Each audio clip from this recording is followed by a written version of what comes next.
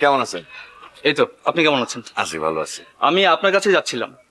তো চলেন বাড়িতে চলেন, সেদিন তো বাড়িতে গিয়ে ঘরে ঢুকলেন না। না ভাই, এলাকা ভিজিট করাই হচ্ছে আমাদের ডিউটি। আমরা তো আর কোনো জায়গায় বেড়াতে যেতে পারি না।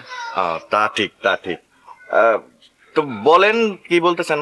নয়ন ভাই, একটা কথা পরিষ্কারভাবে বলে রাখি, প্লিজ আপনি এখান থেকে একা একা কোনো কিছু করতে যাবেন না। এই ব্যাপারটাকে যত বড় মনে হচ্ছে, এটা তার চেয়েও আরো অনেক বড়। আপনি পুলিশ, আপনার সাবধান করে দেওয়াটা ঠিক আছে, কিন্তু এটা তো শুধু একটা কেস না, এটা আমার পরিবারের বিষয়। আমি বুঝি, কিন্তু আবেগে ভুল করে যারা এই খেলা খেলছে তারাই কিন্তু এর সুবিধা নেবে। আপনি বুঝবেন না, যেদিন ইমন মারা গেল সেদিন রিয়া আমার সামনে পাথর হয়ে গেছিল। চোখে পানি ছিল কিন্তু কান্না ছিল না। আমি যদি চুপ থাকি, ভয় পাই, তাহলে কি ইমনের আত্মা শান্তি পাইব? নয়ন ভাই, আপনি যদি একা নামেন, ওরা কিন্তু আপনাকে একা পেয়ে যাবে। তখন আপনি একটা ফাঁদের মধ্যে পড়ে যাবেন। এই রাস্তায় নামাটাই তো ফাঁদ। শোনেন, কিছু কিছু মানুষের জন্ম হয় পাহারা দেওয়ার জন্য, যেমন আমার বাপ ছিলেন, এখন আমি। এলাকার ভালো মন্দ পাহারা দেওয়াটা এটা আমাদের রক্তের মধ্যেই আছে। ভাই, আপনি এই কথাগুলো একজন পুলিশকে বলছেন না, একজন মানুষকে বলছেন। আর একজন মানুষ হিসেবে আমি আপনাকে বলতে চাই, এই কেসটা আমি ছাড়বো না। এটা তো আপনারই কেস, তাই না? না, এই কেসটা একটু অন্যরকম।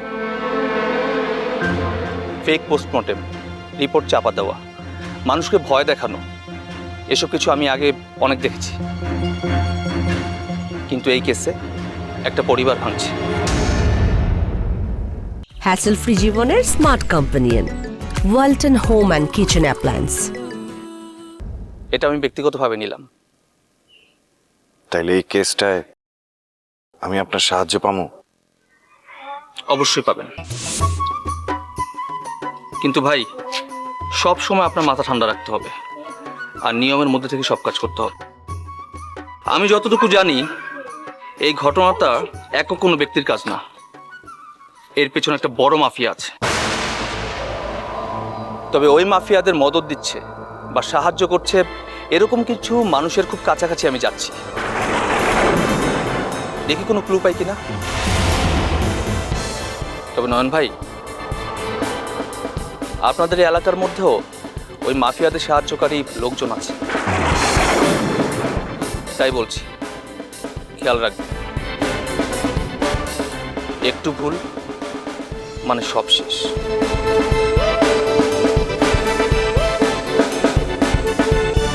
আপনার পরামর্শ আমার অনেক কাজে দিবে। আজকে তাহলে আসি। ঠিক আছে ভাই, ভালো থাকবেন। জি।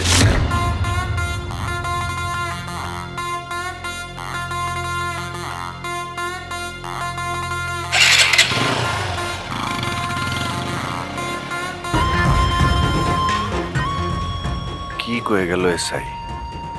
আমগো এলাকায় মাফিয়ার সাহায্যকারী লোক আছে? কে?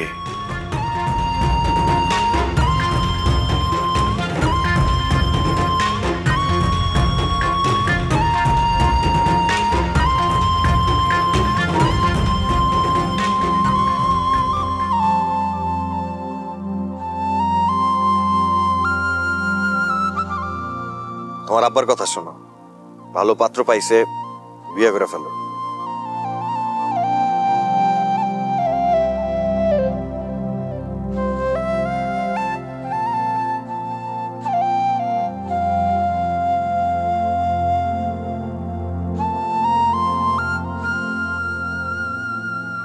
নয়ন ভাই লগে এভাবে কথা শেষ হইব আমি ভাবি নাই।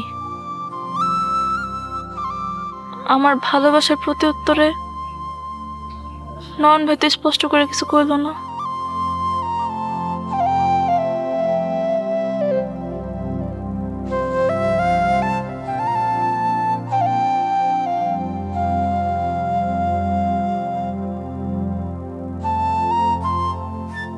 তাইলে কি নয়ন ভাই আমার এড়াই গেল? নয়ন ভাইয়ের চোখে তখন অন্য এক গভীর ছায়া ছিল। হয়তো ইমন ভাইয়ের হঠাৎ মৃত্যু, রিয়ার জীবনের ট্র্যাজেডি, সব মিলায় তো নয়ন ভাই ভালো অবস্থায় নেই। কিন্তু আমি তো এখন নিঃস্ব। আমি এখন কি করবো?